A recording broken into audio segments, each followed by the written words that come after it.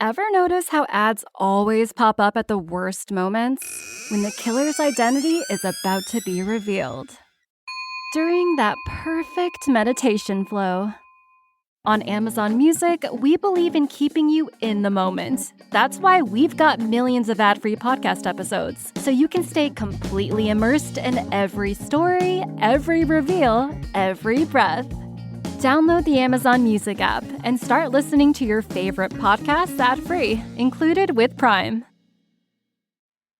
How would you like a 15% discount to my daily email, the stack of stuff, the show notes, discounts to the conference, all of that? All you need to do is text the word show to 33777. You'll get the annual subscription with a 15% discount to my daily email. You'll get the stack of stuff, the links to the show notes, discounts to the conference, and so much more. All you have to do is text the word show, SHOW, to 33777. Text show to 33777.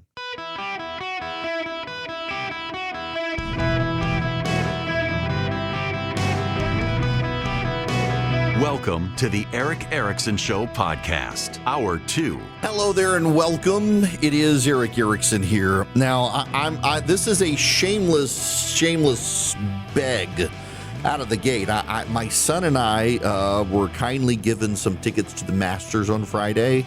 The Masters, that would be April 10th, I guess. So he'll be on spring break. I would pull him out of school to go. A great opportunity, father-son experience. He's 17. He's interested in golf. Neither of us are very good, but I figure he wants to be an architect, so he needs to learn to play. So I'm getting him lessons. So I got tickets. But if any of you want to get me into Berkman's place, I will not turn you down. I'm just saying, I am willing to beg. I've never been in there. I love the Masters. I'm not a golf tournament guy, I've decided after going to the Players, but I love the Masters. No cell phones allowed. It is a religious experience to go to the Masters. The rest of these golf tournaments, they're like these big drunken frat parties, which I've never been a big fan of anyway, but the Masters is different. Now, we must talk. I want you to know, because I love you all, I have things that I want to talk about that suddenly I need to switch, even though I would prefer to talk about those things more than the things I got to talk about. But my job is not to just give you what I want, it's to give you the news. And I do not believe in giving you talking points and saying this is the Republican line and whatnot. Sometimes I agree with it, sometimes I don't, and I'm willing to tell you. But occasionally there's a news story that is bigger than the stuff I want to talk about. And I wanted to talk about the commies going to Cuba. But instead, it's a very big Supreme Court case today. The United States Supreme Court has just wrapped up oral arguments on a case involving ballots in Mississippi. I need to set the stage for you on this one. In the year of our Lord 2009, I believe it was, maybe it was 2010, the people of the state of California passed a constitutional amendment. California did this, by the way. You may forget this, but you shouldn't. California has done this. California passed an amendment that banned gay marriage. Black and Hispanic voters overwhelmingly supported the amendment to ban gay marriage in California. And there was a lawsuit. It was filed against it. And the Attorney General for the state of California, even though it was an amendment, it was passed by the voters, the Attorney General for California said, I'm not going to fight it. And a lot of people were like, wait a second, you're the Attorney General of California. Your voters have passed an amendment to your Constitution banning gay marriage. You're obligated under the laws of California to defend the law, whether you like it or not. And the Attorney General of California said, nope, I'm not going to do that. And they lost. And it went to the Supreme Court. And ultimately, Anthony Kennedy decided that gay marriage was going to be imposed on the nation, even though majority of states opposed it. It was a civil rights issue. It's been downhill for the gay rights movement ever since, because the trans movement co-opted the gay rights movement, and now you've actually got more and more Americans opposed to gay marriage, and it has nothing to do with gay people getting married and everything to do with the aggressiveness of the trans movement, but that's a topic for another day. But California's Attorney General set the precedent of not defending laws or badly defending laws. And increasingly what happened is after that, the progressives would not just file lawsuits in sympathetic courts against themselves, they would then stack the deck to lose. And that had been going on for some time, but after the California gay marriage fight, it escalated, and Republicans finally caught on. So, for example, you had the it's not a coincidence, the Dobbs decision that got rid of Planned Parenthood was in Mississippi, where it was Mississippi argued in favor of abortion rights and argued so poorly they were able to get the case to the Supreme Court for the Supreme Court to get rid of abortion. And now there is a situation where Mississippi has a law on the books that says that ballots that are postmarked by Election Day will count. 14 states have this rule. California is the most notorious. In California, if a ballot comes in 2 weeks after the election, that ballot is counted. There are some states that have exceptions only for military and overseas ballots. But the law of the state of Mississippi has now made it to the United States Supreme Court. And the law of the state of Mississippi is that as long as a ballot is cast on Election Day by postmark, if it arrives within 2 weeks, it must be counted. And conservatives oppose this. Why? Because votes are supposed to be counted on Election Day. 2 weeks after Election Day is not Election Day. It's a bad idea. It is ripe for fraud. I have been an election lawyer, and I have long opposed counting ballots that arrive after Election Day. And here's the truth. If you care that much about voting, well, then when you get your absentee ballot, you vote it and put it back in the mail the same day. I have never gotten an absentee ballot where I held on to it for multiple days. I'm like, no, I got to get this back. So I get an absentee ballot, I fill it out, and I put it in the mail, and away it goes. I don't linger on absentee ballots. There is no reason to linger with an absentee ballot. You get it, you send it. You don't wait until Election Day and say, oh, I forgot. Let me make sure I get it postmarked today, and in 2 weeks it can be counted. That is the case before the United States Supreme Court. I want to play you Justice Gorsuch battling with the Solicitor General of Mississippi, doing his best to defend a law I'm not even sure he agrees with. Problem. And before I get to that, throughout your brief, you say that that the federal statute does require voters to submit their ballots to election officials on Election Day. It must be cast by Election Day, and that the Election Day is the day to conclude and consummate the election through a final selection. You agree with all those statements in your brief? Yes. Okay. But at the same time, you say actually it doesn't have to be submitted to an election official. It just has to be submitted to a common carrier. And there's a contradiction there that I just want you to first address, and then I'll give you my hypothetical. Very good, Your Honor. I think when you put something in the mail, you're not, I think. That's not an election official. FedEx isn't an election official. Right, but the recipient certainly is the person who you're submitting it in the mail to. I mean, that is the recipient. Of course. And right, Your Honor. And I think you submit it to FedEx and they deliver it to the election official. But you say it has to be submitted to an election official throughout your brief, but then you say a common carrier is okay. And those two things don't add up. Well, I think the difference is, say, sending it to your brother versus sending it to the registrar. Well, we already dealt with that. The brother turns out to be okay, as long as the state says so. I think that's okay on their view, Your Honor. I'm okay. a little more guarded up. I think you already answered that one. So here's the hypo. Let's say you have a state where a large portion of the electorate mails in their ballots on or close to Election Day. Not far-fetched. Many states are like that. Then, the day after the election, a story breaks that one of the lead candidates engaged in an inappropriate sexual escapade or perhaps is concluding with a foreign power. Again, not far-fetched, I think. And the competing candidate immediately goes on the airwaves and urges voters to recall their ballots and to tell the common carriers not to deliver them. And many common carriers will do that with anything that you send through them. FedEx, you just call them up and say, I want it back. In that hypothetical, did the election happen on election day? Oh, by the way, it swings the election. So the election did happen on election day, Justice Gorsuch. As we've explained, our ballot does not allow using mail recall, anything like that. When somebody submits their ballot by mail. Just first deal with my hypothetical, and then I'll deal with your statute. Okay. The election happened on election day. Even though it changes the outcome. I mean, I think. Yes, it has to be your answer, doesn't it? I mean, yes, Your Honor. I want to be clear about the. All right. We are not agreeing that the outcome can be properly changed in that circumstance. Well, hold on. It did in my hypothetical. You can't change my hypothetical, counsel. And I'm just saying it's unlawful, Your Honor. I don't mean to disparage your hypothetical. I'm just saying that it's an unlawful circumstance because we don't allow ballot. Oh, in Mississippi. Okay, but that hypothetical could happen in another state, right?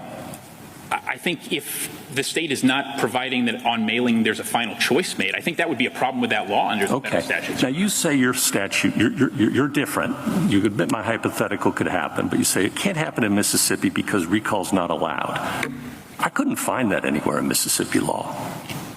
In fact, what I did see was a statute that says that that the Secretary of State can promulgate rules and regulations. That's 23-15-637-3. And then I went and looked at the regulations. And Rule 2.1 says that an absentee ballot is the final vote of a voter when the ballot is marked accepted. That doesn't preclude recall. And in fact, that allows recall. I respectfully don't agree with that, Your Honor. I mean, where does it say recall's not permitted? I couldn't find that anywhere in your statutes or the rule. And I think by providing that ballots are final when cast under our statute. No, it doesn't. It says they're final when marked accepted. That's the regulation, Your Honor. Yeah. It's your regulation. Yeah, and it allows recall. It does. Respectfully, it does not allow recall, Your Honor. Show me where. Would you read to me the provision that precludes it? It's subsection 3 of the statute that my friends have found. I read you said subsection 3 that says the Secretary of State can make rules, and then I read you the rule to ensure that the ballots are final when cast. The key thing is ballots are final when cast. It says no votes promulgated by an absentee ballot that the person's absentee vote is final. You can make rules about when they're final, and what the rule says is it is final when marked accepted. Now, I just got to tell you, as a former lawyer, that got painful for that poor Solicitor General, because when a Supreme Court justice is asking you questions like this, they already know the answer to the question. He already knows, and his hypothetical is right, and that's part of the problem with mail-in ballots that can be counted after Election Day. And then this is Justice Thomas. This court should reverse. I welcome the court's questions. Just to be clear, you said in your opening statement, sometimes you said the choice has to be made by Election Day, and at other points you say on Election Day. Which is it? I think the statewide choice needs to be made by or on Election Day itself when the entire electorate has voted. Justice Thomas, I think voters themselves need to make their individual selections by Election Day. If I give my mail-in ballot to my neighbor, is that a choice? It's a choice. It's not a final choice that can be recognized in the context of an election. So when do I know whether or not a choice is final? When you've submitted to the state, to the appropriate state election official through the designated state process. So why isn't it the rule then that the final or the formalized decision, electoral decision, isn't made until that's done? Until it's submitted to the official, Your Honor. I think the choice is made once the voters as a whole have made an irrevocable decision by casting their ballots. A final choice. They've well, if I made a final choice when I handed it to my neighbor. But it's a final choice within an official state process, Justice Thomas. Well, I think the ballot is an official state process. Is that enough? Not enough to be known in a public way to the state. That happens when it is parted with and submitted through mail to the appropriate election official. You can get the sense that the poor Solicitor General there, this is why the laws are too nebulous. It appears there is a majority in the Supreme Court. There's certainly Kavanaugh, Gorsuch, Alito, and Thomas. And it appears you got Kavanaugh, Alito, Gorsuch, and Thomas. You only need Roberts or Amy Coney Barrett or one other to get you to 5. And it very much appears that we may be headed that way, which would be a very good thing. The elimination of counting votes that come in after Election Day would do a lot to save our democracy, but you will notice Democrats very much hate the rule.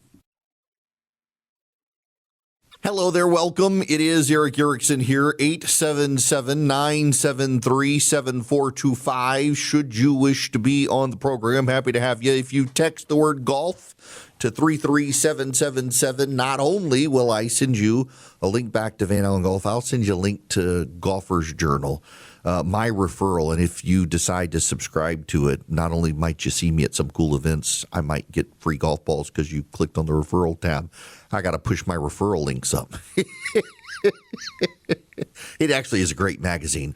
As I am headed to the Masters now with my son, who, by the way, so my son he's got 3. Was far wiser than me. I only had 1. My kid's got 3 wisdom teeth. He's got to take them out the Friday before we go to the Masters, and I'm hoping he'll be recovered. And I asked him, I said, "Are you sure you're going to be up for going?" And he said yes. It doesn't matter how miserable he is, he intends to go. We've got some friends who have taken us in the past, Rick and Sally.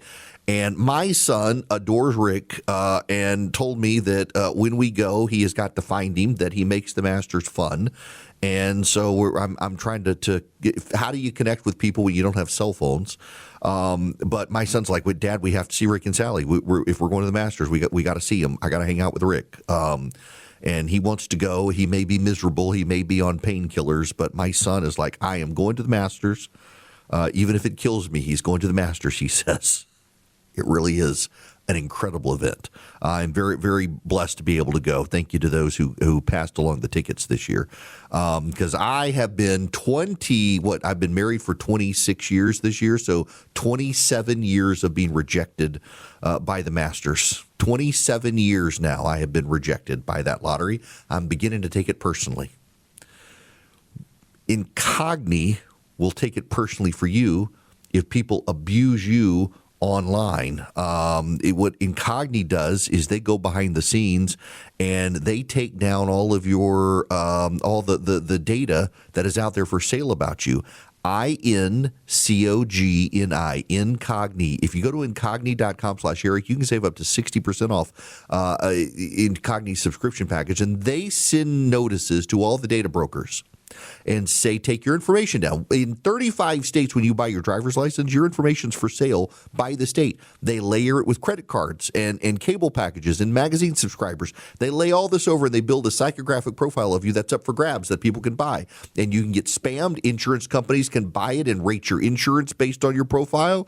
Lawyers can buy it if they want to track you down. Incogni sends all these websites notices and says, take the information down. And they are persistent in doing it. Incogni.com/Eric. Get yourself private online. We did it when I started getting harassed by people. Showed up at my house. Incogni got everything taken offline. Incogni.com/Eric. Sign up with them today. Hello and welcome. It is Eric Erickson here. The phone number is 877-973-7425. Should you wish to be on the program, let us get to Tony here on the phones. Welcome, sir. How are you? Good afternoon, Eric. A couple of thoughts for you. Given all the problems we're having at airports with TSA right now, I've long proposed to every congressman we have in the state of Georgia that we put into airfare tickets a fee, $50 or $100 as an entry or exit fee to help offset the cost of TSA. And I've been told the tourism lobby, believes it would harm the tourism business. Well, today I think we have an opportunity to say, how are the airport lines at airports right now helping your tourism? And if somebody's flying from England, let's say, to the United States, is $100 going to change their mind of coming to vacation in the United States or not? And there are 77 million people expected to come through our airports this year, 11 million more on top of that for the World Cup. How about they start paying for it? I mean, I've been some of the nastiest countries on earth that I got to pay to either get in and out or out of. And yet we have a lobby that fights it. I 100% agree with you. Totally agree with you.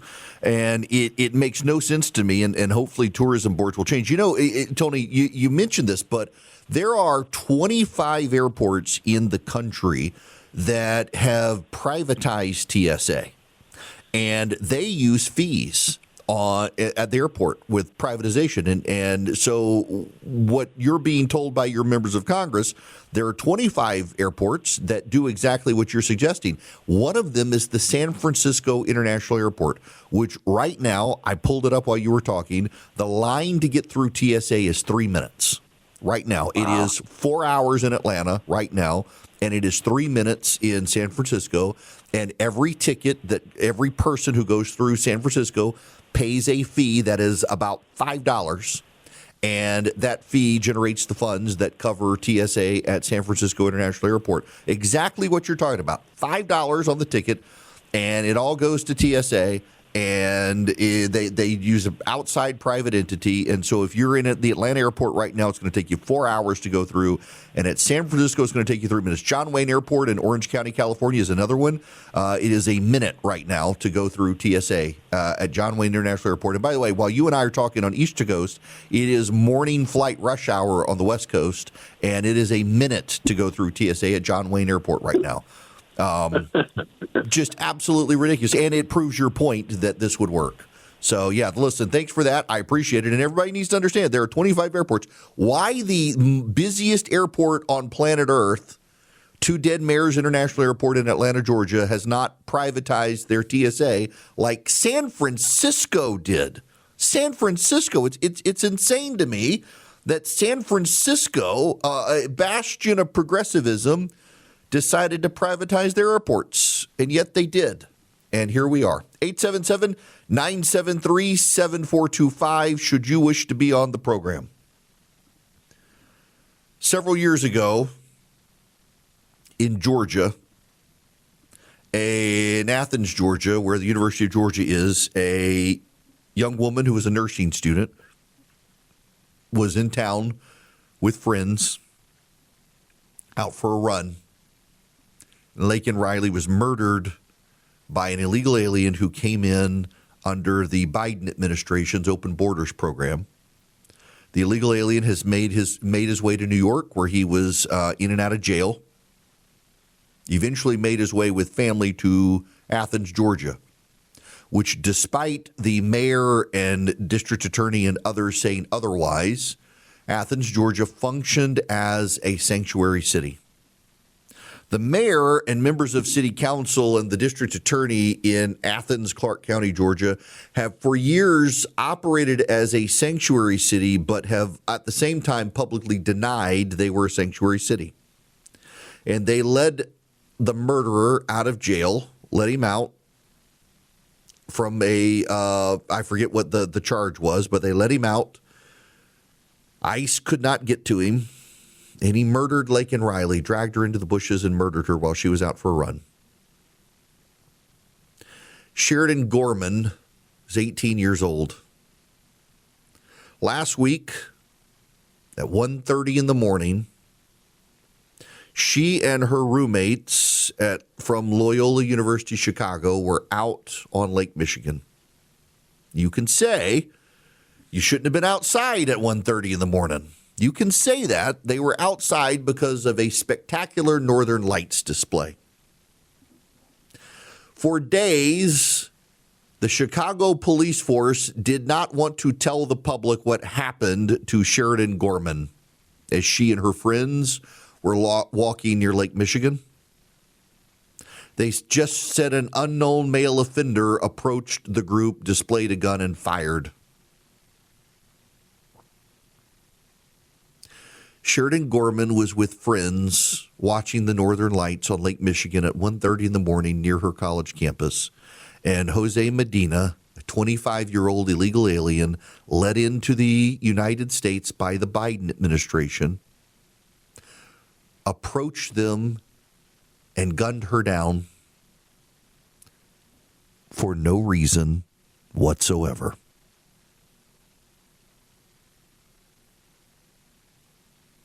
I'm not willfully intending to have dead air on your radio station right now. It's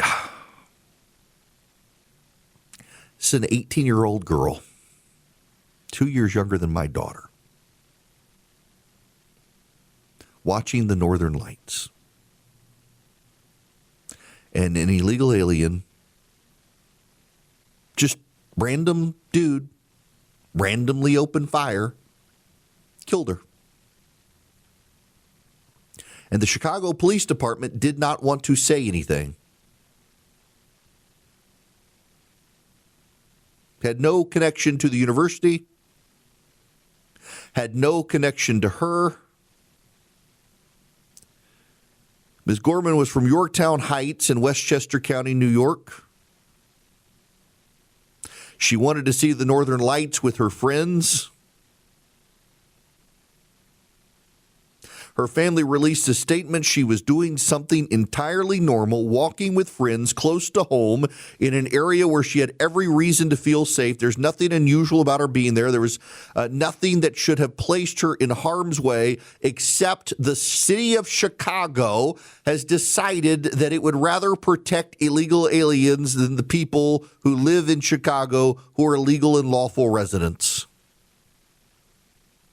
The city, this is from the New York Times, which openly admits it, the city and state of Illinois have rules that restrict cooperation with federal agents on civil immigration enforcement. The Trump administration has argued those restrictions are unconstitutional. A federal judge dismissed a Department of Justice lawsuit that challenged the policies. Hundreds of immigration agents were sent to Chicago last year, and they made hundreds of arrests, and they clashed repeatedly with protesters and engaged in conduct that alarmed federal judges. And yet the illegal alien did not alarm the federal judges until now, because he has murdered an 18-year-old girl. Chicago has violence to begin with.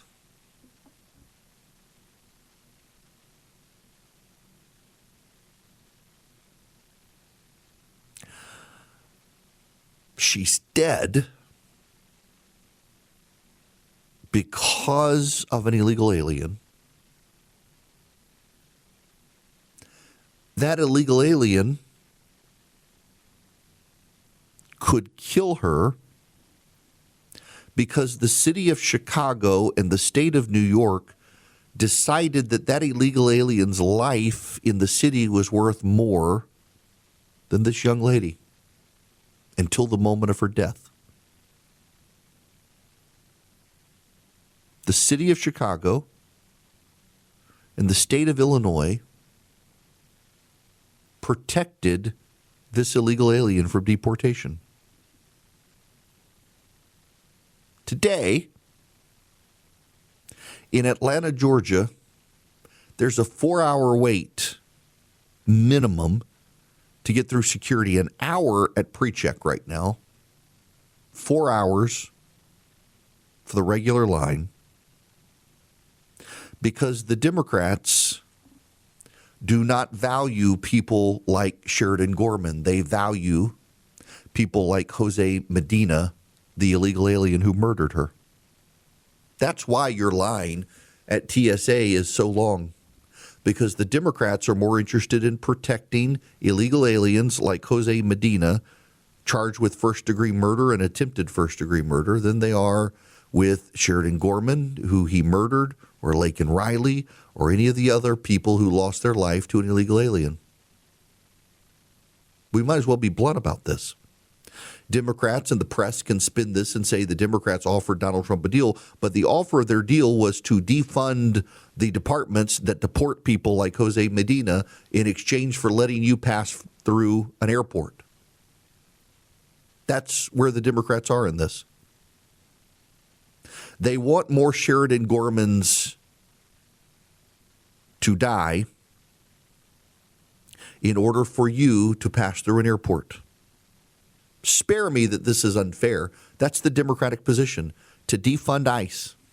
Again, I will play you this exchange. This is from Dana Bash with Hakeem Jeffries, the leader of the Democrats in the U.S. House. Let me ask you about that, because you are the whole reason, as you just laid out, that DHS is not funded right now is because you're trying to push the administration to enact some policy changes on how Border Patrol and ICE act when they're out looking for illegal immigrants. And now what you're saying is that you're okay with funding TSA, which has been, I think, the biggest point of leverage that you possibly had in order to get what you want on ICE, because ICE already has its money. So what was the point of this shutdown if you're okay with funding TSA? Well, we never approach these things that are in front of us with respect to government funding in the context of leverage. Our approach is, what is the appropriate use of taxpayer dollars? And we believe that taxpayer dollars should be used to make life more affordable for the American people, not brutalize or kill them or violently target law-abiding immigrant families, which is what we know ICE agents have been doing. And so at this point in time, more than 30 days in to the Trump Republican Department of Homeland Security shutdown, I think the most appropriate course of action is to fund TSA, fund FEMA, fund the Coast Guard, fund our cybersecurity professionals so that, you know, Republicans stop holding the American people hostage and these hardworking civil servants because of the Republican unwillingness, at least to date, to get ICE under control. You got that? He wants ICE under control. He doesn't want the illegal alien population under control. That's Hakeem Jeffries, the leader of the House Democrats. He's okay with these young Americans being murdered by illegal aliens because ICE is the problem, not the illegal aliens murdering them. That's the position of the Democratic Party of the United States of America right now. They're on the side of the illegal aliens killing American citizens. They're not on your side. You are backed up at airports around the country because the Democrats want to protect the illegal aliens who keep murdering Americans. Oh, and they'll be deeply, deeply offended by me pointing that out, but it's true. You just heard him say it. We got to get ICE under control. He never mentioned the illegal aliens. He never mentioned the murderers. He never mentioned the criminal illegal aliens. He wants to defund ICE. And because the Republicans will not defund ICE, they have defunded transportation security at airports. So our airports are insecure, and the alternative is to have an unsecured border where the Republicans just keep holding the Democrats to the fire, demanding they do something. Where are the airlines right now? They're starting to have economic impact on this. People are in long lines. People are without paychecks. But also Americans are dead because of Democrat policies. That illegal alien who killed the young woman in Chicago was in this country because of Joe Biden. Same with the killer who killed Laken Riley. Same with so many of these illegal aliens. And the Democrats are more concerned with protecting those illegal aliens than they are the Americans. Well, here is some interesting news for you that affects everybody in the nation, but particularly those of you in the state of Georgia. The state of Georgia's Senate has just passed legislation that would move the state to year-round daylight saving time and eliminate the twice-annual changes to clocks. How so? Well, it would move Georgia from the Eastern time zone to the Atlantic time zone. You're like, what? Yeah, so the daylight saving time only applies from the East time zone all the way out to the Hawaiian time zone. Doesn't apply to the Atlantic time zone, which is 1 hour ahead of the Eastern time zone. So we would move to the Eastern time zone, which does not have daylight saving time. But it would be what daylight saving time is right now for Georgia, and we would stay there. So when we fell back, Georgia would not fall back. They are tired of the time change, and because Georgia is a southern state, it would not be as impacted. Now, it would have to be approved by the Secretary of Transportation, Sean Duffy. It would not take an act of Congress.